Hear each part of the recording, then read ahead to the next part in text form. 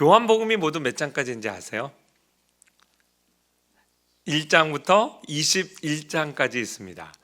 근데 13장부터 21장까지는요, 예수님이 십자가에서 돌아가시기 하루 전 이야기부터 십자가에서 달려 돌아가시고 부활하신 후에 베드로를 만나는 장면. 사실 시간적으로는 얼마 되지 않는 사건을 아주 길게 이렇게 사도 요한이 이제 기록을 하고 있어요. 사도 요한이 13장부터 21장까지 기록한 내용을 두고 맥클라렌이라고 하는 유명한 주석가가 신약 전체에 이게 지성소에 해당하는 그러한 이제 굉장히 신비로운 부분이다, 이렇게 이제 이야기를 했습니다. 사복음서라고 하면 마태, 마가, 누가, 요한복음이죠. 근데 그 가운데 마태, 마가, 누가는 공관복음이라고 그래요. 마태, 마가, 누가는 공관복음이고 사복음서 할 때 이제 요한복음이 추가됩니다. 공관복음은 AD 60년경에 전후에서 기록이 됐는데, 그때는요 예수님께서 부활하신 것을 목격했던 사람들이 태반이나 살아있을 때예요. 그래서 공관복음 기자가 예수님의 생애를 어떻게 딱 이야기하면 바로 알아듣습니다. 근데 사도 요한이 요한복음을 기록한 거는 AD 90년이 넘어서예요. 그러니까 그때 되면 예수님의 부활을 목격했던 사람들 다 죽습니다. 그리고 특히 요한복음은 아마도 사도 요한이 에베소에서 이방인들 크리스찬들을 대상으로 작성했다라고 이제 알려져 있어요. 그래서 유대인의 문화를 잘 모르는 사람들에게 예수님의 생애를 기록하다 보니까 유대인들은 이런 관습이 있습니다라는 것을 부가적으로 설명한 부분이 많아요. 또한 이미 공관복음을 다 읽었다고 생각하고 기록한 거예요. 사도 요한이 예수님의 12제자 중에 제일 나이 어린 제자로 부름을 받아서 제일 오래 살았거든요. 교회사 전승에 따르면 90세에서 100세 사이에 아주 오래 장수를 했어요.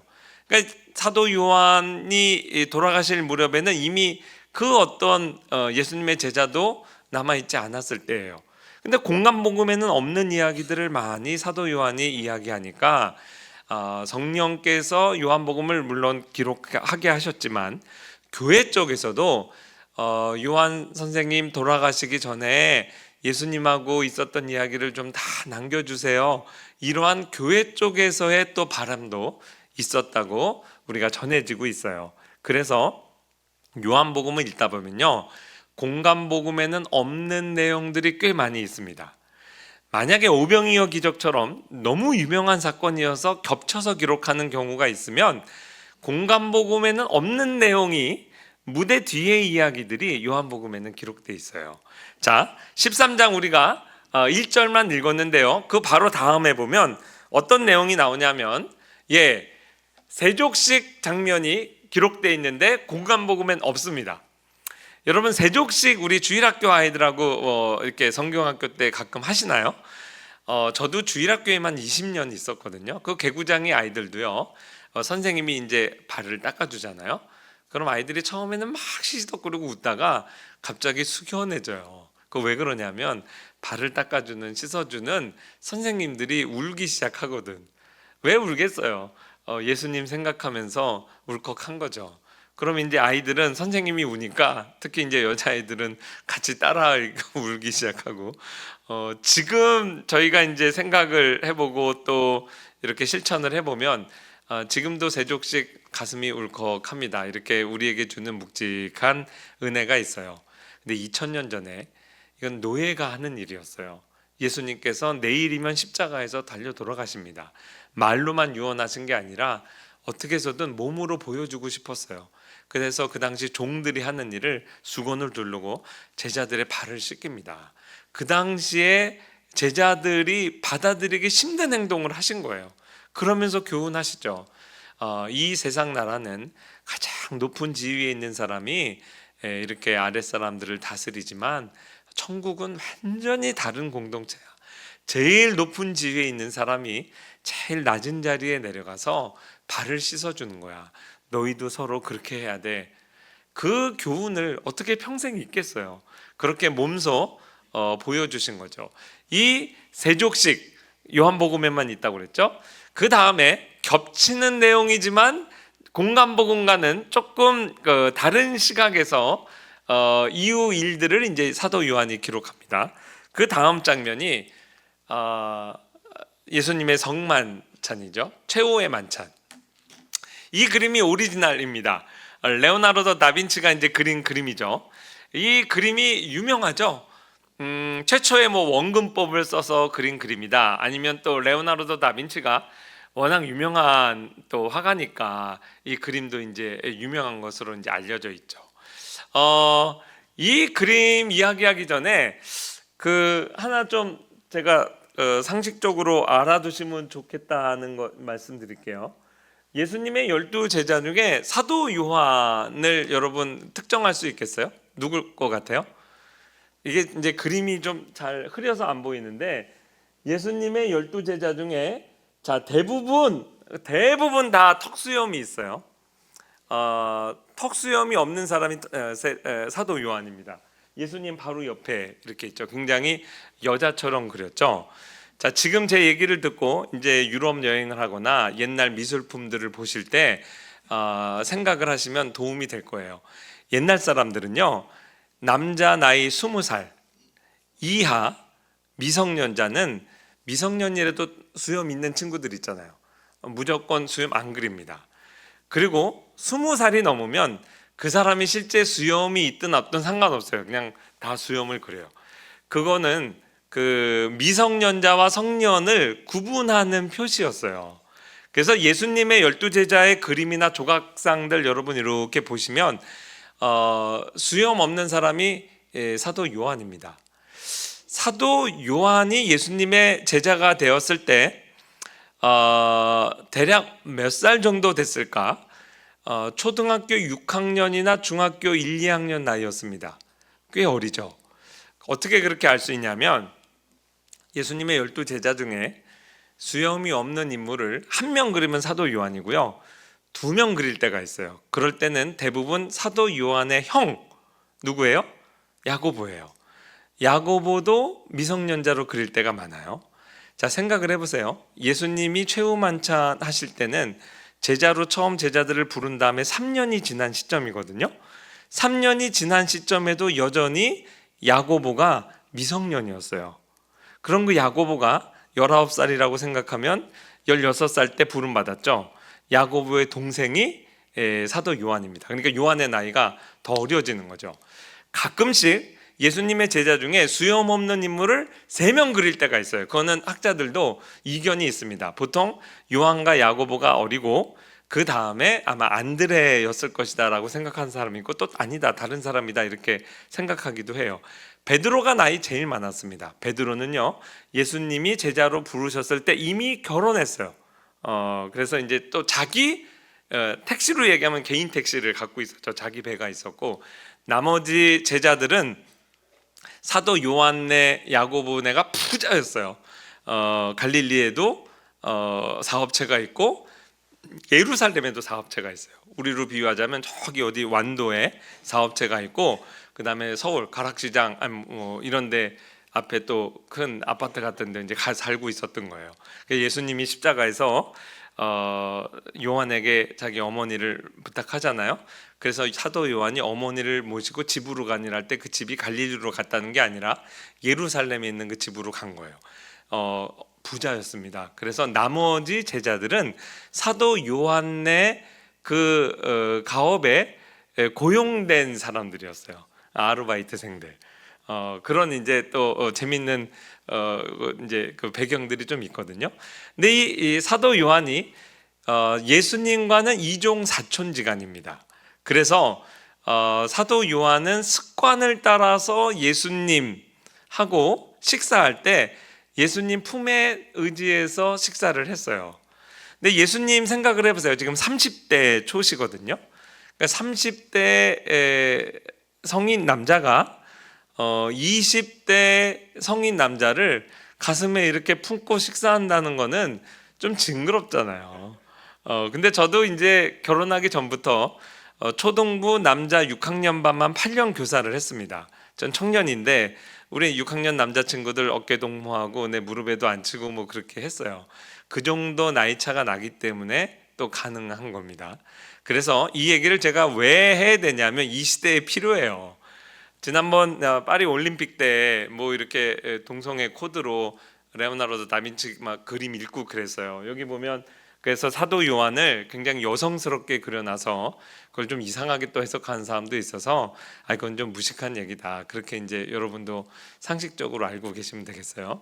자, 그 예수님께서 지금 뭐라고 말씀하셨는데 제자들이 이렇게 역동적으로 반응할까? 레오나르도 다빈치가 이렇게 머릿속에 상상을 한 겁니다. 지금 예수님이 방금 전에 너희 중에 나를 팔자가 있다 이렇게 했어요. 그래서 양쪽 6명의 제자들이 깜짝 놀라는 장면이에요. 그러니까 불과 10초 전에 사도 요한은 예수님의 품에 있었습니다. 품에 있다가 너희 중에 날 팔자가 있다고 그러니까 깜짝 놀란 장면이라고. 그거를 레오나르도 다빈치가 머릿속에 상상한 거예요. 상상해서 그 장면을 그렸는데 레오나르도 다빈치 이 그림 완전 엉터리입니다. 예수님과 제자들은 이러한 식탁에서 만찬을 즐기지 않았어요. 유대인들은 어떤 자리에서 이제 만찬을 즐겼냐면 조금 이따 제가 보여드릴 거예요. 이렇게 디귿자형의 식탁에 반쯤 누워서 식사를 했다고요. 그러니까 일단 유대인들의 그 관습을 모르고 그림을 그린 거라고 볼 수 있어요. 또 하나 이 그림과 관련하여 우리 여기 지금 뭐 중고등부 친구들도 있는 것 같은데 제가 중고등부 학생도 되기 전에 초등학교 때 궁금해했던 내용이 있습니다. 예수님이 너희 중에 나를 팔자가 있다. 그러니까 이제 제자들이 누굽니까? 접니까? 이렇게 물어볼 때 예수님이 뭐라고 대답하셨어요? 공간복음에 보면 나와 함께 그릇에 손을 넣을 자가 나를 팔자다 그랬죠. 이것도 약간 배경 설명이 필요해요. 지금 유월절 만찬이거든요. 유월절 때는 유대인들이 무슨 빵을 먹냐 하면 맛 없는 빵 먹습니다. 무교병이라고요. 설탕도 넣지 않고 이스트도 넣지 않아요. 그러니까 빵이 딱딱하고 달지 않아요. 그건 이제 종교적인 예식이죠. 근데 유월절 만찬 종교적인 예식이 끝난 다음에는 자유롭게 이제 애찬을 즐기는 거예요. 아마 그때는 자유롭게 먹었던 것 같습니다. 맛이 없으니까 우리나라식으로 얘기하면 조청 같은 거 찍어서 드신 것 같아요. 근데 이제 예수님께서 나와 함께 그릇에 손을 넣을, 그 그릇이 이제 찍어 먹는 그 소스를 얘기하는 거거든요. 거기에 손을 넣을 자가 나를 팔자다. 예수님이 이제 그러셨는데 아니 가룟 유다가 정말 바보지. 그거 뭐 맛없게 한번 먹지 그거를 굳이 찍어 먹다가 들킬 게 뭐예요? 그 가룟 유다가 들켰죠. 일단 그게 좀 가룟 유다가 참 어리석다는 생각을 했고요. 두 번째는 그러면 가룟 유다가 예수님을 팔자라는 게 드러났잖아요. 나머지 11 제자가 뭐 하고 있었냐? 저놈 잡아라. 그래서 가룟 유다를 붙잡아 놓고 있었어야죠. 그러면 예수님이 안 잡혀 가실 수도 있잖아요. 이게 진짜 궁금했어요. 근데 제가 우리 초등학교 초등부 우리 교사 선생님께 질문을 안 했습니다. 안 한 게 아니라 못 했어요. 왜 안 할게요? 제가 물어봐도 우리 선생님이 대답을 못 할 것 같았어요. 지금 제가 생각하니까 그냥 청년 선생님 같아요. 제가 초등학교 때 말썽을 많이 부려서 장난꾸러기였는데 그래도 다 알아요. 우리 선생님이 이렇게 보면 주일 아침에 와서 막 늦게 와가지고 뒤에서 막 공각 공부 준비하고 성경책 보면 너무 새하얗고 하나도 읽은 것 같지도 않고 그러니까 우리 선생님 물어봐도 모르겠다 그래서 제가 질문 안 했죠. 아이들이요 다 사람 봐가면서 질문합니다. 왜 우리 애는 이렇게 질문이 없을까? 그거 회개하셔야 돼요. 어린 아이들도 우리 선생님한테 질문하면 뭐든지 알아. 그럼 질문이 아마 많아질 겁니다. 그런데요, 저와 같은 궁금증을 가진 자들 위해서 사도 요한이 그날의 정황을 아주 정확하게 기록을 하고 있어요. 이제 유대인들이 어떻게 식사했는지 말씀드릴게요. 자, 유대인들의 식탁은 이렇게 디귿자형입니다. 반쯤 식탁에 이렇게 몸을 기대서 먹고 있어요. 우리가 예수님 12제자의 위치를 그대로 그릴 수는 없지만 적어도 4사람 위치를 특정할 수 있습니다. 예수님 양 옆에 사도 요한과 가룟 유다가 있어요. 왜 그래요? 사도 요한은 예수님의 품에 의지해서 식사하고 있었고요. 그 다음에 가룟 유다는 같이 이렇게 그릇에 손 넣었잖아요. 그리고 사도 요한하고 대각선 자리에 베드로가 앉아 있습니다. 요거까지 요한복음의 이제 본문을 통해서 우리가 추론할 수 있어요. 자, 예수님이 이렇게 말씀합니다. 너희 중에 나를 팔자가 있다. 큰 목소리로 하셨어요.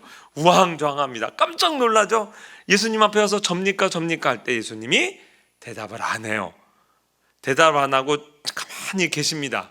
그때 예수님의 품에 의지하고 있는 사도 요한이 대각선 자리에 있는 베드로 형님하고 눈이 마주쳐요. 그때 베드로가 이렇게 합니다. 절 보세요. 베드로가 이렇게 얘기한 거예요. 누구한테? 요한한테. 예수님한테 물어봐 한 거예요. 그러니까 사도 요한이 그 레오나르도 다빈치처럼 이렇게 나와서 이렇게 해서 물어본 게 아니라 예수님의 품에 의지한 채로 예수님의 심장 소리를 들으면서 예수님 누구예요? 물어본 거예요. 예수님께서 나와 함께 그릇에 손을 널 자가 나를 팔자다. 누구에게 말한 거예요? 사도 요한에게만 말한 거예요. 여기까지는 공간복음에 기록되어 있으니까 요한이 하나 더 추가를 합니다. 내가 떡 한 조각을 떼서 그 입에 넣어주는 자가 그놈이야. 이렇게 얘기한 거예요. 공간복음하고 요한복음을 이렇게 합쳐서 그날의 정황을 읽으면 이래요. 자, 예수님이 너희 중에 나를 팔자가 있다 큰 목소리로 했다고 그랬죠. 누구예요? 그런데 가만히 계시죠. 사도 요한에게 그렇게 말씀하셨죠. 근데 그때 마침 가룟 유다하고 예수님이 떡을 떼서 그 조청 같은 데 찍어 먹으러 가다가 손이 마주칩니다. 우리 김 집사님께서 우리 김호 담임 목사님을 음식 대접을 해요. 상상을 하는 거예요. 음식점 가서 이제 맛있는 음식을 대접하는데 김호 목사님하고 김 집사님하고 같은 반찬에 젓가락이 닿았어요. 누구 젓가락이 빠질까요? 어렵지 않죠. 당연히 우리 담임 목사님 대접하는데 김 집사님 젓가락이 빠지죠. 그러니까 우리 김호 목사님 마음이 따뜻하시잖아요. 집사님도 이거 드시고 싶었구나. 그래서 그 전 하나를 이렇게 떼서 집사님 드세요 먼저. 그리고 그 그릇에 놓은 거예요. 지금 상황이 그렇게 된 겁니다. 예수님하고 가룟 유다가 같이 찍어 먹으려고 손 닿죠? 소스라치게 놀라고 누구 손이 빠져요? 유다 손이 빠지죠. 선생님하고 어떻게 같이 먹어요? 그러니까 예수님께서 너 이거 먹고 싶구나 해서 자기 거를 유다에게 넣어주신 겁니다. 상황이 이렇게 디테일하게 전개돼요. 자, 제가 가진 성경하고 여러분이 가진 성경이 같아요. 읽어볼게요. 예수께서 이 말씀을 하시고 심령이 괴로워 증언하여 이르시되 내가 진실로 너희에게 이르노니 너희 중 하나가 나를 팔리라. 큰 목소리로 하신 겁니다. 예수의 제자 중 하나 곧 그가 사랑하시는 자가 예수의 품에 의지하여 누웠는지라. 누구예요? 이게 사도 요한이에요. 요한이 이렇게 누워 있어요. 시몬 베드로가 머리짓을 하여 말하되, 말로 한 게 아니죠. 머리짓으로 말씀하신 자가 누구인지 말하라. 누구에게? 예수님한테 말한 게 아니죠. 사도 요한에게 말한 거예요. 그가 사도 요한이 예수의 가슴에 그대로 의지하여 말하되, 왜 가슴에 그대로 의지했다고 기록할까요? 작은 목소리로 했다는 뜻이에요. 예수님 요렇게 밑에서 예수님 누구예요? 이렇게 말하는 바보는 없죠. 작게 말한 거예요. 주여 누구니까? 예수께서 이르시되 내가 떡 한 조각 적셔다 주는 자가 그니라 하시고 곧 한 조각 적셔 가룟 시몬의 아들 유다에게 주시니 조각을 받은 후에 사탄이 그의 속에 들어간지라. 이에 예수께서 유다에게 이르시되 내가 하는 일을 속히 하라. 큰 목소리로 하셨습니다. 하시니 이 말씀을 무슨 뜻으로 하셨는지 그 앉은 자 중에 아는 자가 없고, 제 의문이 해결되죠. 제자들이 이거를 무슨 말인지 몰랐어요. 왜냐하면 가룟 유다가 회계였거든요. 그래서 그 돈을 가지고 있다고요. 예수님께서 유다가 돈꾀를 맡았으므로 명절에 쓸 물건을 사라 하시는지, 이거는 폭넓은 개념이에요. 유월절에 사용되는 모든 물건에 사실 떡도 들어갑니다. 얘네들 오늘 왜 이렇게 많이 먹냐? 배달의 민족에서 그 피자 하나 더 시켜라, 뭐 이렇게 알아들었든지, 어떤 이들은 가난한 자들에게 무엇을 주라, 이미 구제헌금을 거둔 게 있는데 그거 가서 그 가정에 전달하고 와, 이러는 줄로 생각하더라. 그러니까 가룟 유다 안 잡은 겁니다. 유다가 그 조각을 받고 곧 나가니 밤이라. 평상시 같으면 예수님이 이미 아시는구나, 너 하는 일 속히하라. 유다가요 소스라치게 놀라고, 예수님 절 죽여주세요, 제가 잘못했습니다, 이렇게 써야 아마 자연스러울 겁니다. 그런데 이미 이때는 사탄이 유다의 마음을 사로잡고 있었어요. 회개의 기회를 스스로 박차입니다. 여러분, 예수님은요 끝까지 유다를 인격적으로 대하셨어요. 그리고 회개의 기회를 주십니다. 근데 유다가 스스로 그 기회를 박탈하고 밖으로 나가죠. 자, 그리고 사도 요한이 그려내는 무대는 그 다음 장면으로 이동합니다. 어디로 가셨어요? 겟세마네 동산으로 갔어요. 근데 겟세마네 동산에서의 에피소드도 제가 이해가 좀 안 되는 게 있었어요. 예수님 잡으러 군인들이요 횃불 들고 검과 몽치를 들고 왔다 그랬어요. 중무장하고 온 겁니다. 예수님이 또 기인이시니까, 뭐 능력을 행하시니까 때로 엄청나게 많은 사람들이 예수님 잡으러 왔어요. 예수님을 유대인들이 로마에게 넘겨주는 죄목이 뭐였을까요? 유대인들과 부딪힐 때는요 율법을 어겼다, 안식일을 어겼다, 성전을 모독했다, 이러한 죄들로 잡았어요. 그런데 이것으로 안 된다. 이 유대인들이 머리가 똑똑하거든요.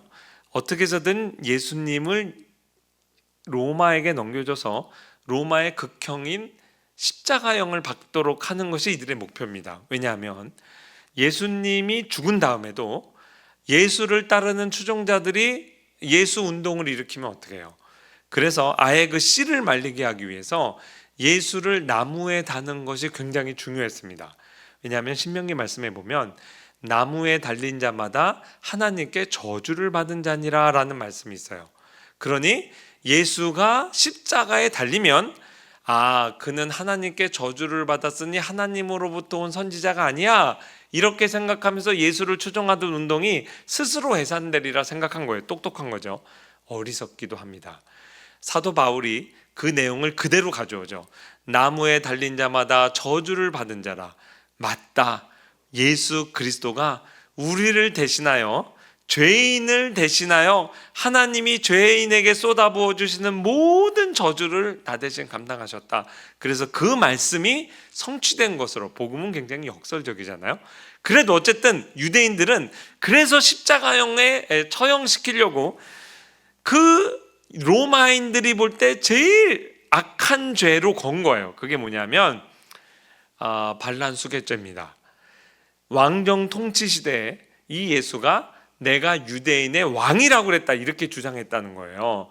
그러니까 왕정 통치가 있고 시저가 다스리는 로마 황제가 있는데 스스로 내가 왕이라고 하고 반란을 일으킨 자를 로마가 어떻게 살려두겠어요? 그거는 틀림없이 처형시켜야 됩니다. 그래서 예수를 그렇게 이제 죄목을 잡아서 넘기는데, 제가 궁금한 건 그거죠. 그 겟세마네 동산에 누가 있었어요? 예수님과 더불어서 누가 있었어요? 적어도 3명의 제자가 있었습니다. 누구예요? 요한과 야고보와 베드로죠. 그래서 이제 학자들도 이렇게 얘기해요. 예수님의 제자군이 뭐 70인 제자도 있는데 그 가운데 12명을 뽑았고 12명 중에서도 예수님이 특별히 선호하는 3명의 제자가 있었다. 뭐 어느 정도 설득력이 있고요. 저도 어느 정도 그 부분에 이제 마음은 열려 있는데, 제 생각에는, 이건 제 생각이에요, 아마도 대표성이 아니었을까 생각해요. 12명 제자, 그 12명 제자들이 질투가 많잖아요. 그러니까 이제 예수님께서 심부름 시킬 때 제일 나이 많은 제자 형님 베드로랑 제일 어린 제자 사도 요한을 종종 둘을 많이 심부름 시켰던 것 같아요. 나중에 예수님 승천하고 나도 둘이 많이 같이 다니잖아요. 근데 이제 사도 요한이 워낙 미성년자니까 사도 요한의 형 야고보가 이제 보통 같이 따라다닌 것 아닌가 그렇게 생각합니다. 어쨌든 예수님께서 3명 제자를 데리고 있는데 제자들이 다 이제 잠이 들었잖아요. 근데 예수님께서 이제 다 잠 깨우고 보라 이제 어둠의 때가 왔다 그러고 이제 그들을 맞이하러 나가는데 궁금한 건 그거죠. 반란 수계범을 체포해 가면서 그 밑에 똘마니를 남겨두는 예가 있을까요? 왜 그 로마 군인들에게 예수님을 넘겨줄 때 베드로, 요한, 야고보를 살려뒀을까? 이거 궁금하지 않아요? 근데 이제 이게 공간복음에서는 해결이 잘 안 돼요. 근데 요한복음에 보면 그날의 정황을 정확히 이렇게 그려내고 있습니다. 제가 그림 하나를 준비했는데요. 어렵게 구했습니다. 예수님과 관련된 성화, 명화들이 굉장히 많이 있는데 이 예수님이 체포되는 장면을 그린 그림은 의외로 없어요. 제가 오래도록 이런 그림을 찾았는데 없다가 이 그림을 발견하고 이제 제가 예화로 쓰기 시작했어요. 그러다가 이 그림이 실제 누가 그렸고 어디에 가면 볼 수 있는지는 비교적 최근에 몇 년 전에 알게 됐어요. 그 유명한 19세기에 티소라는 사람의 작품이고 뉴욕에 있는 브루클린 뮤지엄에 걸려 있습니다. 그렇게 이제 나와 있어요. 자, 그날의 정황이 이렇습니다. 예수님 이제 잡으러 왔는데 예수님이 먼저 나가서 얘기합니다. 너희가 누구를 찾느냐? 이렇게 얘기하시니까 거기에 이제 행동대장이 얘기했겠죠. 나사렛 예수를 잡으러 왔다. 아마 당당하게 얘기했을 겁니다. 우리가 사극을 보면 사약을 들고 올 때 죄인 안상혁은 왕의 사약을 받으라 뭐 이렇게 이제 당당하게 외치잖아요. 아마 그런 당당함이 있었을 거예요. 그때 예수님이 이렇게 대답합니다. 내가 그니라. 내가 그니라. 그럴 때 아주 신기한 일이 일어납니다. 예수님을 둘러쌌던 그 군인들이요, 일시에 뒤로 물러가서 완전히 바닥에 자빠지게 돼요. 이거를 만약에 영화로 만들면 예수님께서 순간 장풍을 쓰신 겁니다. 거의 무협지에 나오는 장면과 같아요. 일시에 예수님을 둘러쌌던 무리가 확 뒤로 나가서 그냥 땅에다 매다 꽂으신 거죠. 완전히 신적인 그 위험 앞에 이들이 두려움과 공포에 사로잡히게 됩니다. 딱 그렇게 분위기를 제압해 놓고 예수님이 2번째 나가서 묻습니다. 너희가 누구를 찾느냐? 그때 이들이 대답하죠. 나사렛 예수를 찾나이다. 아마 처음과는 굉장히 다른 그러한 뉘앙스로 대답을 했을 거예요. 근데 여러분, 예수님께서요, 이게 굉장히 독특한 장면이에요.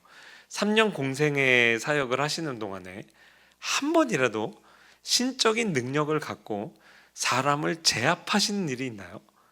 없어요. 예수님은 항상 그 능력으로 귀신을 내쫓고 병든 자를 치료해주고 그 다음에 배고픈 자에게 먹을 것을 주시고 그 다음에 가장 센 능력을 발휘해서 나사로야 나오라, 달리다 굼, 죽은 자를 살리는 데 쓰셨죠. 그 능력으로 언제 한번 바리새인들을 매다 꽂고 사두개인들 저기 나무에 꽂고 뭐 이런 일 없어요. 딱 한 번의 예가 오늘 이 현장입니다. 예수님께서 신적인 능력으로 상황을 완전히 제압하신 거예요. 근데 왜 그러셨을까요? 왜 그 인자하심이 젠틀 위스퍼로 오신 예수님께서 이렇게 능력으로 사람에게 공포감을 조성했을까요? 그 이유가 그 다음에 나옵니다. 너희에게 나를 찾거든 이라고 했으니, 내가 그니라 했으니 나를 찾거든, 이 사람들의 가는 것은 용납하라. 그 순간 여기 지금 이렇게 복도가 열려 있잖아요. 홍해의 기적이 일어난 거죠. 쭉 예수님을 둘러쌌던 무리가 탈출로를 확보한 거예요. 하나님이, 예수님이. 그러고 베드로, 요한, 야고보 너희들 도망가, 이렇게 이제 도망가게 하시니가 예수님입니다. 이마저도 예언의 성취였어요. 이는 아버지께서 내게 주신 자 중에 한 명이라도 잃지 아니하였사옵나이다 한 말씀을 이루려 하심이라. 자, 성경 볼까요? 예수께서 그 당할 일을 다 아시고 나아가 이르시되 너희가 누구를 찾느냐 큰 목소리로 하셨습니다. 대답하되 나사렛 예수라 하거늘. 아마 강대강입니다. 이에 예수께서 이르시되 내가 그니라 하시니라. 그를 파는 유다도 그들과 함께 섰더라. 예수께서 그들에게 내가 그니라 하실 때 그들이 물러가서 땅에 엎드러지는지라. 이 이적이 일어난 거죠. 이에 다시 주님께서 두 번째 나가서 묻습니다. 다시 누구를 찾느냐 물으신데 그들이 말하되, 이게 그래서 지문이 있어야 돼요. 아마 아까와는 완전히 다른 톤일 겁니다. 완전히 위압감을 느껴서 나사렛 예수라 하거늘. 예수께서 대답하시되 너희에게 내가 그니라 하였으니 나를 찾거든 이 사람들이 가는 것은 용납하라 하시니 이는 아버지께서 내게 주신 자 중에서 하나도 잃지 아니하였사옵나이다 하신 말씀을 응하게 하려 하심이라. 이에, 이게 포인트예요. 베드로가 이에 칼을 가졌는데 그것을 빼어 대제사장의 종을 쳐서 오른편 귀를 베어버리니 그 종의 이름은 말고라. 여러분, 그 겁장이 베드로가 어떻게 용기 백배에서 칼을 빼서 휘둘렀을까요? 이게 이 선후 관계가 요한복음에 나오잖아요. 역시 우리 예수님 말 한마디에 얘네들을 완전히 제압하는구나. 그리고 숟가락을 얹은 겁니다. 근데 예수님께서 딱 여기까지죠. 칼을 칼집에 꽂으라. 아버지께서 내게 주신 잔을 내가 어찌 마시지 않겠느냐. 내가 지금이라도 천사들을 동원해서 12영이나 되는 연대를 동원해서 상황을 완전히 제압할 수 있는 거 모르냐? 근데 그렇게 하면 어찌 선지자들의 예언이 성취되리요. 그리고 칼로 일어난 자 칼로 망하니 너 그거 이렇게 칼집에 도로 집어넣어. 그리고 말고를 고쳐주시죠. 역시 예수님의 마지막 이적은 사람을 치료하는 데 쓰셨어요. 분위기 뻘쭘해졌습니다. 그리고 세 사람이 예수님이 친히 마련해 주신 도주로를 따라서 탈출시킨 거예요. 예수께서 베드로에게 이르시되 칼을 칼집에 꽂으라. 아버지께서 주신 잔을 내가 마시지 아니하겠느냐 하시니라. 자, 그리고 그 다음 무대가 어디로 바뀌냐면 이제 예루살렘으로 바뀝니다. 예루살렘에서 예수님께서 고난 당하시죠. 예수님께서 예수님을 눈으로 가리고 어떻게 조롱을 했냐면 막 구타를 했어요. 아마 코피도 터지고 많이 맞으셨습니다. 그리고 예수님을 조롱하죠. 너 선지자라며? 우리 중에 누가 너 고문했는지 누가 너 구타했는지 맞춰봐. 그리고 예수 얼굴에 침 뱉었습니다. 여러분 일평생 살아가시면서 누군가가 여러분 얼굴에 침 뱉은 적 있어요? 아무리 부부싸움을 격하게 해도 침을 뱉지 않습니다. 우리는 대부분 인생에서 이러한 모욕을 경험하지 않고 죽습니다. 근데 우리 주님께서는요, 침 뱉음을 당하셨어요. 구타도 당하고. 예수님 이렇게 고문 당하실 때, 조롱을 당하실 때 무슨 생각하셨을까요? 베드로 생각했습니다. 누가복음 22장에 보면 기가 막힌 말씀이 나와요. 예수님 이렇게 고문당하고 온갖 조롱과 모욕을 당할 때 그 옆에서 베드로가 예수님 모른다고 3번 부인하거든요. 예루살렘 지금 복원한 그 이제 모형도에 보면 지금 베드로가 서 있는 위치하고 예수님하고 한 10m 정도 떨어져 있어요. 10m 정도 떨어져 있는 거리는요. 여기서 저 뒤에 앉으신 분들 눈 시선을 내가 읽을 수 있는 거리예요. 근데 베드로가 예수님을 모른다고 3번 부인하고 예수님의 예언대로 닭이 울죠. 꼬끼요 웁니다. 그때 예수님께서 고개를 돌이켜 베드로하고 시선을 맞췄다고 돼 있어요. 베드로가 이르되 이 사람아 나는 내가 하는 말을 알지 못하노라 하고 이 아직 말하고 있을 때에 닭이 곧 울더라. 주께서 돌이켜 베드로를 보시니 베드로가 주의 말씀이 생각나서 밖에 나가 심히 통곡하니라. 그러니까 예수님이 베드로가 예수님 모른다고 부인할 때 1번, 2번, 3번, 세 번째는 예수님 저주 구문까지 썼잖아요. 그리고 닭이 꺾여 우니까 하나, 둘, 셋 하고 딱 쳐다보신 거죠. 예수님하고 시선이 마주쳤기 때문에 베드로가 주의 말씀하심이 생각나서 양심의 가책을 느끼고 밖에 나가 통곡하고 운 거예요. 예수님이 베드로와 시선을 마주쳐서 무슨 말씀했겠어요? 너 꼴 좋다. 내가 나 부인한다고 그랬지. 너 하여튼간에 내가 부활하고 나서 너 보자. 너 하여튼 죽었어. 그렇게 하셨을까요? 아니에요. 괜찮아. 내가 이미 말했잖아. That's okay 그랬다고요. I told you. 내가 뭐라고 말했는데 네가 나 부인할 거라고 얘기했잖아. 그리고 그 다음 말이 중요하죠. 시몬아 보라, 사탄이 너희를 밀가부로 하라고 요구하였으나 그러나 내가 너를 위하여 내 믿음이 떨어지지 않기를 기도하였노니 너는 돌이킨 후에 내 형제를 굳게 하라.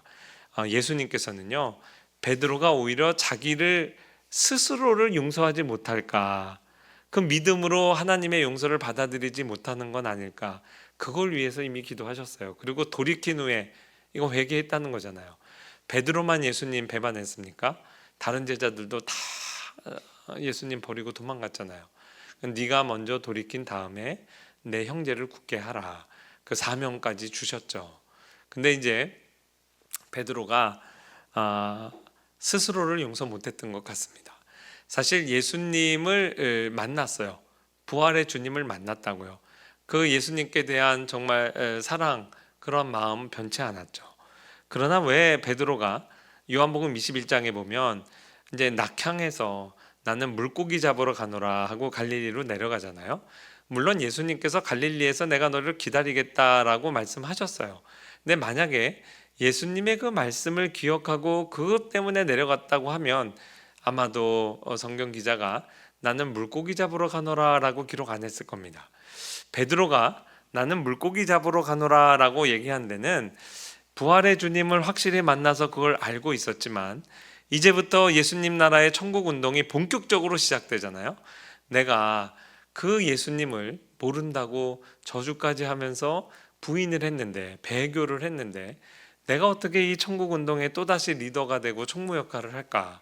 아마도 나는 내 고향에 내려가서 조그맣게 개척교회하고 이 하나님 나라, 예수님 나라 운동을 열심히 외조하면서 서포트를 해야지 내가 앞장서서 어떤 리더는 될 수 없겠어, 이런 아마 생각으로 내려가지 않았나 생각을 합니다. 요한복음 드디어 마지막 장면이죠. 우리가 다 알고 있는 내용입니다. 예수님께서 베드로를 찾아와서 네가 나를 사랑하느냐, 3번 예수님을 모른다고 부인한 베드로에게 그 입에서 주님을 사랑합니다라는 고백을 이제 3번 받으시죠. 근데 사실 어떻게 보면 예수님이 좀 짓궂게 보이기도 해요. 그러나 이거는 베드로에게 꼭 필요한 과정이었습니다. 여러분, 베드로가 왜 예수님 부인했는지 아세요? 추워서 그랬어요. 추워서. 이 사막 기후가요, 낮에는 뜨겁게 덥고 밤과 새벽에는 아주 춥습니다. 어떤 지역은 살얼음이 얼을 정도로 추워요.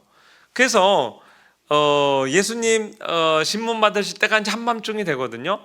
너무 손이 시려웠어요. 그러니까 저기가 모닥불이 있어요. 그래서 군불제로 갔다가 너도 그 당이지. 그래서 거기서 이제 무너져 내린 거거든요. 그러니까 예수님께서 지금 디베라 바닷가에서 새벽입니다. 새벽 공기가 차요. 모닥불 피워 놓으시죠.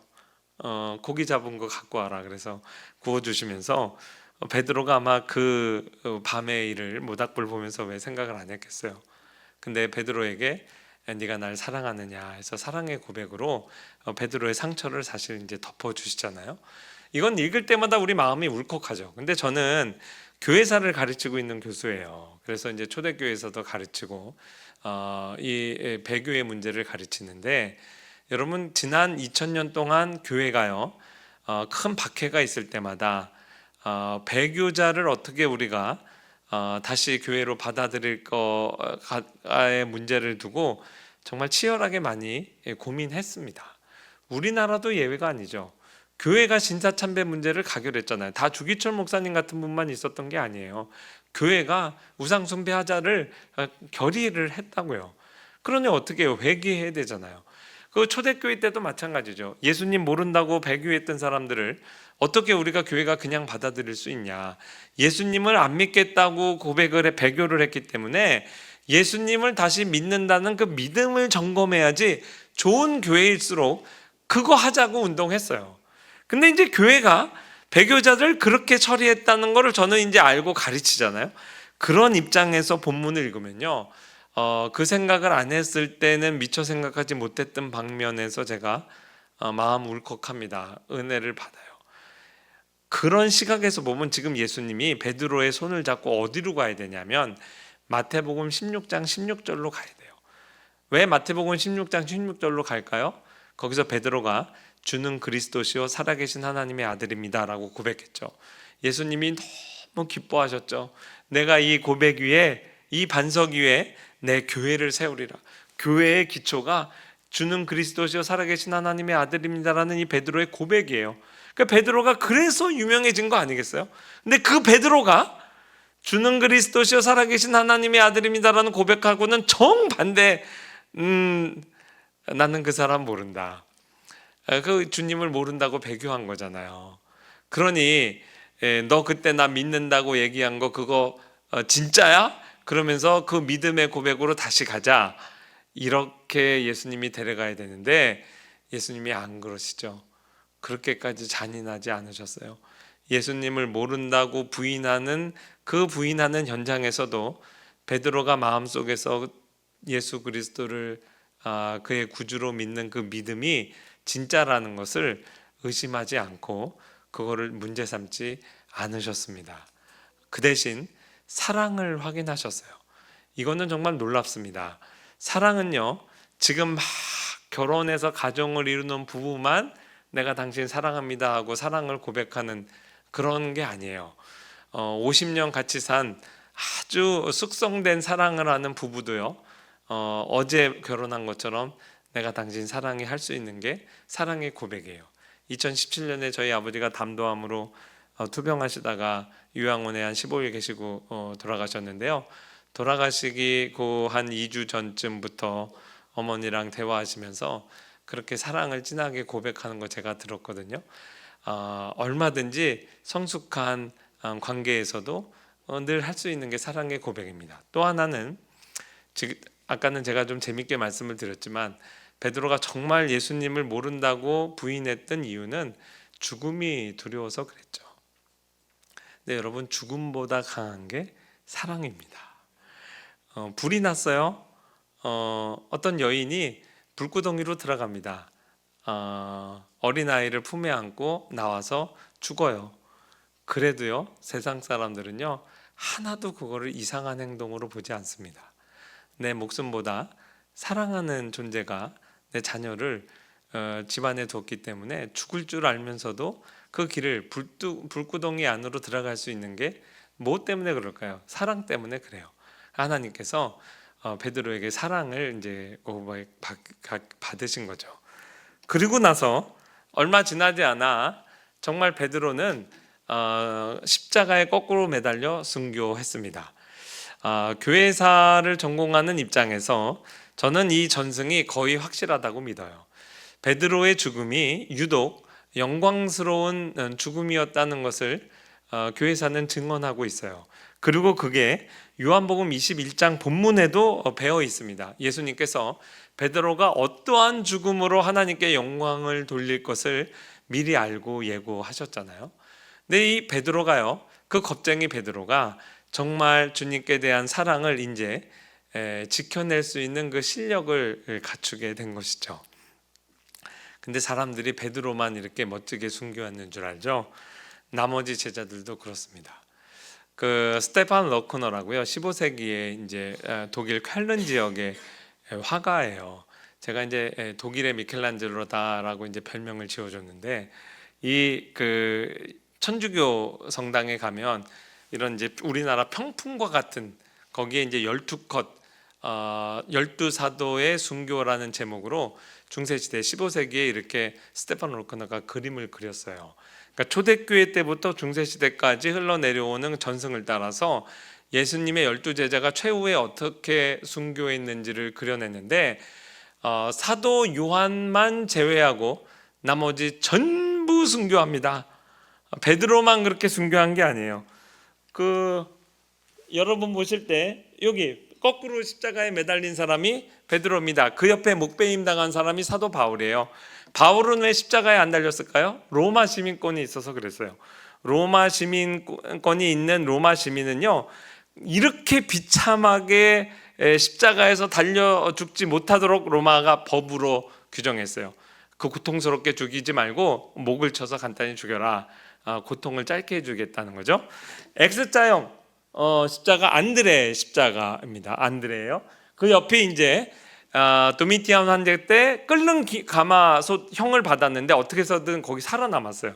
그리고 이제 반모섬에 유배돼서 사도 요한이 5개의 이제 서신을 기록을 하게 되죠. 그 다음에 요거는 성경에 나온 이야기죠. 사도 요한의 친형 야고보가 목베임을 당해서 죽습니다. 그러니까 야고보 입장에선 자기 형, 또 자기 좋아하는 형님 베드로 다 순교했죠. 자기도 곧 순교할 거라고 생각을 했을 거예요. 근데 하나님께서 오래도록 그렇게 끝까지 살려두셨죠. 이건 19금이에요. 바돌로메, 아마 나다네엘로 이제 사람들이 생각합니다. 산채로 가죽 벗김을 당해요. 여기 지금 살아 있는데 산채로 그냥 가죽을 다 벗겨내요. 그런데도 숨이 붙어 있었어요. 그래서 십자가에 못 박았다는 또 썰도 있어요. 그리고 이제 오른쪽 칸럼으로 가면 이게 이제 의심 많은 도마. 인도 첸나이 지역, 지금도 거기는 그렇게 크리스찬이 많아요. 민을창에 꽂혀서 죽었고, 요건 빌립. 요거는 이제 작은 야고보인데요. 2가지 썰이 있어요. 나이가 많아서 성벽에서 밀쳤어요. 노인을 바닥에 떨어졌는데 아직 숨이 붙어 있어요. 그래서 돌로 쳐서 죽입니다. 그 다음에 마태, 칼로 찔려서 죽고요. 그 다음에 시몬과 유대는 페르시아 지역에 둘이 이렇게 짝을 이루어서 이렇게 전도 여행을 했다고 돼 있어요. 그런 전승도 있고 또 다른 전승도 있습니다. 그 전승을 따라 지금 스테반 로크너가 그렸고요. 마지막은 마띠아입니다. 마띠아는 그 제비뽑기에서 가룟 유다의 자리로 들어갔잖아요. 도끼로 머리가 찍혀서 죽습니다. 이 제자들이요, 한때는 예수님 모른다고 다 도망갔던 제자들의 죽음이 무서워서 그렇게 도망갈 때는요, 예수님께서 네가 어떻게 나를 두고 도망가? 안 그러셨어요. 오히려 도주로를 열어주시고 도망가라, 그렇게 말씀하시죠. 베드로가 내가 주님을 사랑합니다. 비록 실력은 그렇게 안 돼도 주님을 사랑하는 것 진심입니다, 이렇게 고백할 때는 그거를 또 받아주셨어요. 의심하지 않고. 여러분, 우리가 찬양하는데 삶으로 증명된 것만 내가 찬양받겠다, 하나님이 안 그러세요. 주님 한 분만으로 나는 만족해, 찬양하잖아요. 여러분, 진짜 주님 한 분만으로 만족하세요? 근데 왜 이렇게 우리는 불만이 많아요? 근데 예수님이 너는 네 실력은 아직 그게 안 돼서 내가 이 찬양은 안 받을게, 안 그러신다고요. 그 찬양을 부를 때 나의 진심을 고백하면 그거 받으십니다. 그리 아니하실지라도 감사해요, 찬양하잖아요. 그거 부를 때 우리가 진심으로 하죠. 근데 우리의 삶에 그리 아니하실 때 감사하나요? 원망할 때가 많죠. 그래도 하나님께서 네 실력이 그게 아직 안 되기 때문에 이 찬양은 안 받을게, 안 그러신다고요. 베드로의 고백을 받으신 분이 다 받아요. 그리고 나서 우리를 끝까지 포기하지 않고 실력을 키워주시죠.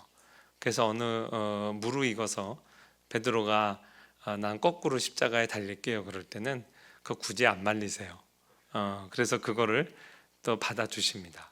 각자의 믿음의 수준에 따라 예수님께서 야단치지 않고 젠틀 위스퍼로 그래 너 이 정도까지 컸구나, 그리고 이제 우리를 그렇게 대해 주시죠. 베드로가 이제 예수님께 물어요. 습관을 따라서. 또 사도 요한이 예수님 품에 이렇게 의지해서 누워 있거든요. 저는 그렇게 영광스럽게 순교하는데 그럼 이 친구는 어떻게 될까요? 근데 예수님의 대답이 단호하죠. None of your business. 네 알 바 아니다. 너는 너나 잘하세요. 얘는 또 얘의 길이 있어. 내 옆에 사람 신경 쓰지 말고 너는 나를 따르라, 이렇게 얘기하죠. 제가 한때 철이 없을 때는 사도 요한을 부러워했어요. 요한은 90세, 어떤 때는 100세 정도까지 노인이 되도록 살았거든요. 장수했잖아요. 근데 이제 지금은 전혀 그렇게 생각 안 합니다. 멜랑톤이라고요, 19세기에 이제 주석가가 있어요. 종교개혁자 말고. 저랑 똑같은 생각을 했더라고요.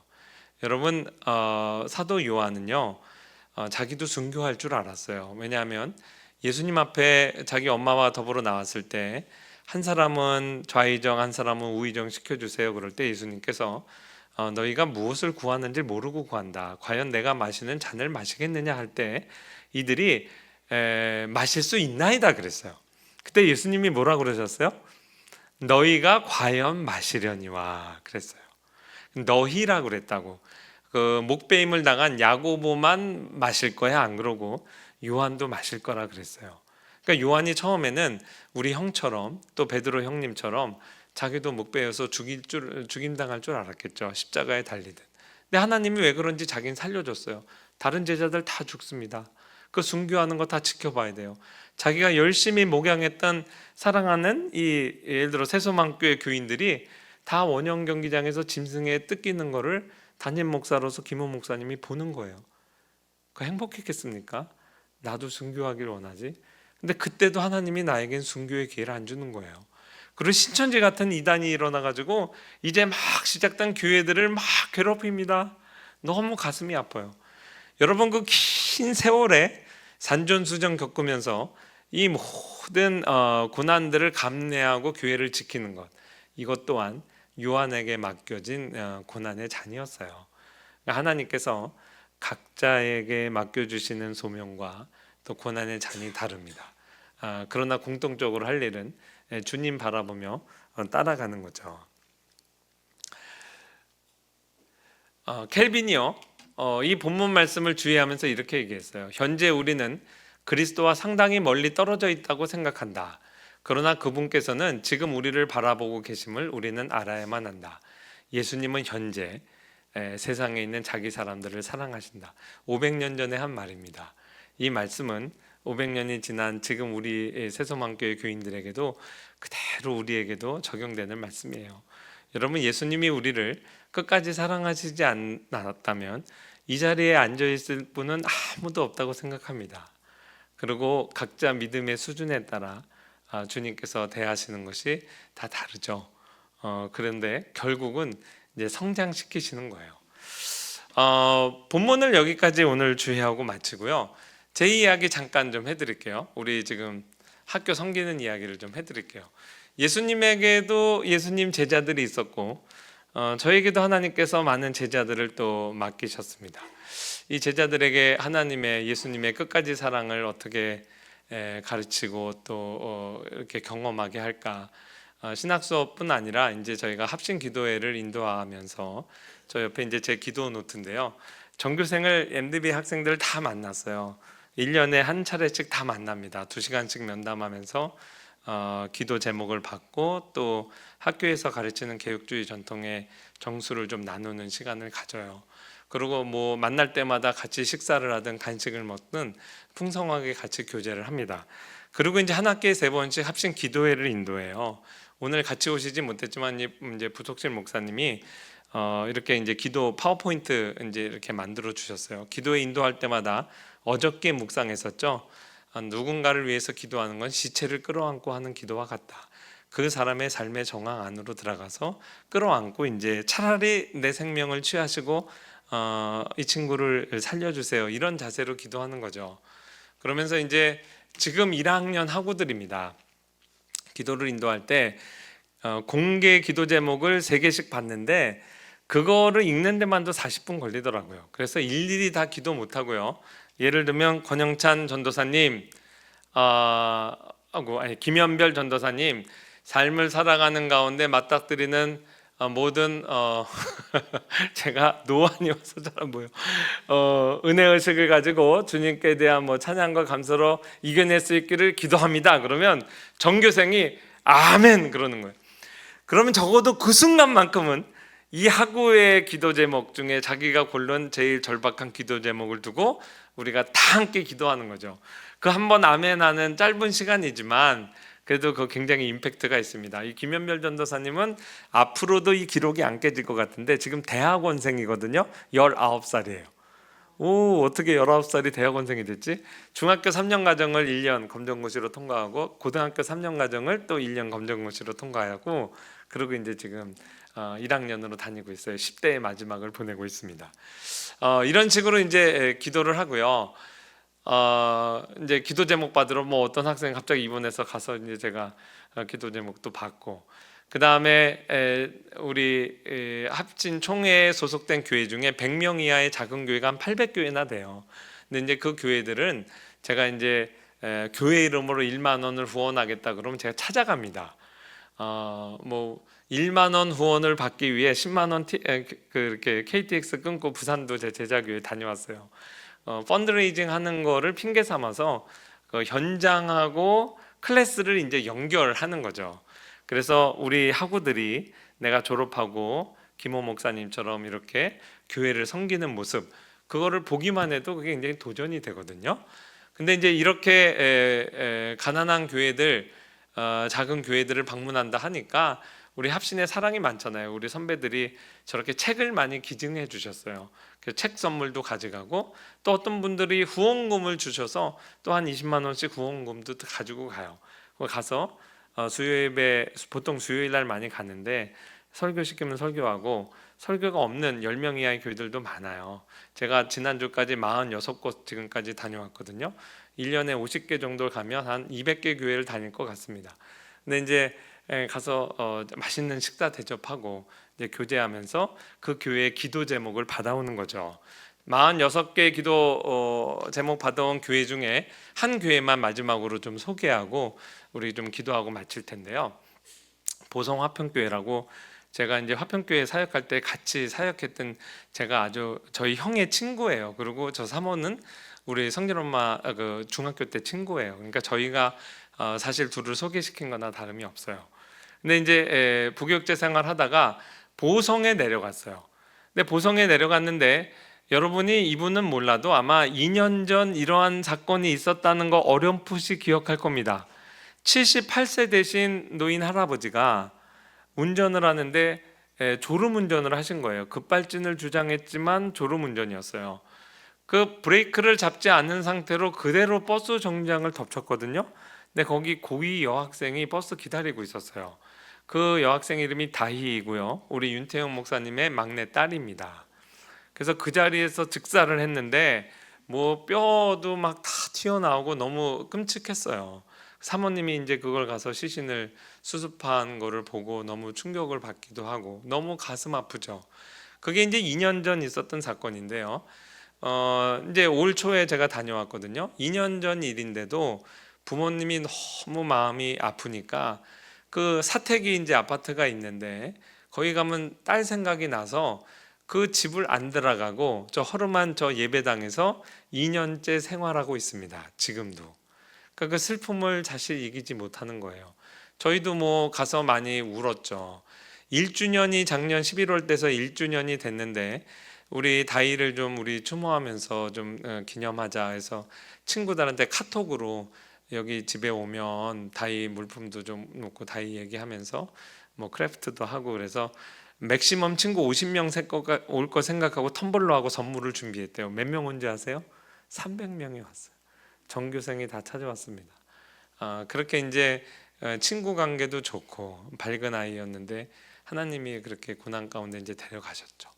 그러니까 이제 노예 활동하고 밖에 사람들 안 만나려고 하는데 가서 보니까 매일 새벽기도 인도하고 또 무슨 일을 하냐면 보성에 내려가셨을 때 윤태영 목사님이 그 지역 주민들의 마음을 얻으려고 그 학교 앞에서 교통 정리를 하셨어요. 근데 하루도 안 빼고 지금도 하고 계세요. 오늘 아침에도 했을 겁니다. 그분의 모습을 10년 동안 지켜본 경찰 아저씨가 교회를 그렇게 싫어하는 분이었는데 아내가 교회 가는 걸 그렇게 반대했는데 당신 처음 교회 가려면 보성합병교회 가라. 내가 10년을 지켜봤는데 그 목사 진짜더라. 이렇게 이제 지역 주민의 마음을 얻을 정도로 그렇게 성실하게 일하셨어요. 그거 다이 죽은 다음에도 계속 합니다. 딸 생각날 텐데 그건 해요. 목회 열심히 합니다. 그리고 매주 목요일이 되면요 붕어빵 370개 구워가지고 전도 활동도 열심히 해요. 저거 붕어빵 먹고 그 눈물을 흘리는 와중에 야, 왜 이렇게 맛있냐? 진짜 제가 먹었던 붕어빵 중에 너무 맛있더라고요. 그래서 제가 이제 갔다 오면서 조심스럽게 우리 김호 목사님 이제 우리 채플 모셨었잖아요. 그것처럼 한번 채플 오셔서 후배들한테 말씀 전해줄 수 있겠냐 그랬더니 고민하시다가 허락을 하셨어요.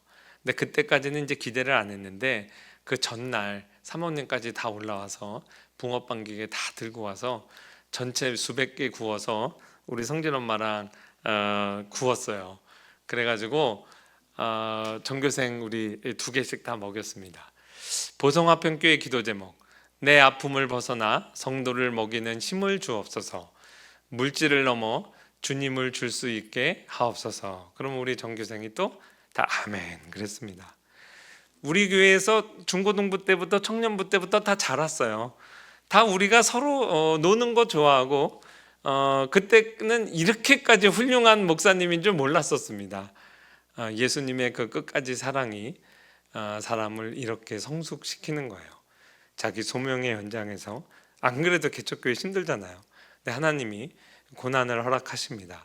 근데 그 고난 받을 때 자리를 피하지 않고 도망가지 않고 상실한 마음은 그 마음 그대로 그래도 맡겨주신 소명을 끝까지 담당하는 모습 볼 때 우리 이제 학우들이 도전을 받는 거죠. 결국 예수님의 끝까지 사랑이 이렇게 우리를 훌륭하게 성숙시키고 이제 빚어 주시는구나. 잠깐 눈을 감고 이제 마지막 여러분 잠깐 기도하실 수 있는 시간 드리고 제가 기도하고 축도하겠습니다. 여러분 우리 기독교의 사랑은 끝까지 사랑입니다. 그렇죠? 예수님이 우리를 그렇게 끝까지 사랑으로 각자를 품지 않았으면 지금 이 자리에 머리 숙여서 기도하고 있을 사람 아무도 없다고 말씀드렸죠. 우리가 그러한 사랑을 받았기 때문에 우리도 예수님을 닮으면 이제 끝까지 사랑하는 거예요. 저는 여러분 사정을 잘 모릅니다.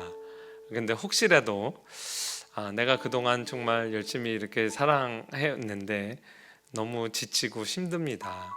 이제 올해까지만 이렇게 사랑하고 이제 내년부터는 좀 손을 놓으려고 해요. 혹시 그 대상이 누구든 뭐 배우자든 가족이든 여러분 섬기고 있는 주일학교 학생들이든 또 어떤 부서든 너무 힘들어서 이제는 좀 그만 자유하면 좋겠어요. 이런 마음을 갖고 이 자리에 오셨다면 적어도 오늘 이 설교를 듣게 하신 것은 그거 아닌 것 같습니다. 한번 사랑하기로 했으면 끝까지 가는 겁니다. 한번 그 손 붙잡아라 해서 붙잡았으면 죽이 되든 밥이 되든 그냥 끝까지 가는 거예요. 그러다 보면 하나님께서 사랑할 수 있는 실력을 부어주십니다. 우리의 실력이 내 부르신 자리를 지키지 못해서 좀 무서워서 도망가고 싶어요. 그러면 때로는 하나님이 도주로를 확보해 주십니다. 도망가시면 돼요. 그러나 하나님께서 나의 사랑의 고백을 진실로 받아주시고 이제 내가 주님을 따라서 죽는 자리인 줄 알면서도 가겠습니다. 그러면 또 예수님이 그 우리의 헌신을 기쁘게 받으실 겁니다. 그러나 이 시간에 우리가 하나님 앞에 드릴 것은 베드로의 고백이라 생각해요. 내 비록 실력이 이만큼까지는 안 되지만 또 예수님 베드로는 한 번 배교했잖아요. 나는 예수님을 하루에도 여러 번 배교하는데 모른다고 하는데 하나님 그러나 베드로의 고백을 받으신 주님 앞에 나도 용기 내서 주님 사랑합니다 고백합니다. 이렇게 진실된 고백을 하다 보면 언젠가는 여러분 훌륭해지실 겁니다. 그래서 예수님이 말려도 순교의 자리로 나 가겠습니다 이렇게 순교의 자리 다 같이 나가서도 저는 거꾸로 매달리겠습니다 뭐 이렇게까지도 할 수 있는 게 주님이 우리를 변화시켜 주시는 끝까지 사랑이라고 생각을 합니다. 이 사랑으로 나를 성숙시켜 주시고 나를 만져주시고 이 사랑으로 나도 실천할 수 있도록 내 마음을 붙들어 주옵소서. 주님께 조용히 젠틀 위스퍼로 다가오신 주님의 음성에 우리도 우리의 마음을 드리는 시간 잠깐 갖겠습니다. 여러분 기도하시고 제가 기도하고 축도하겠습니다.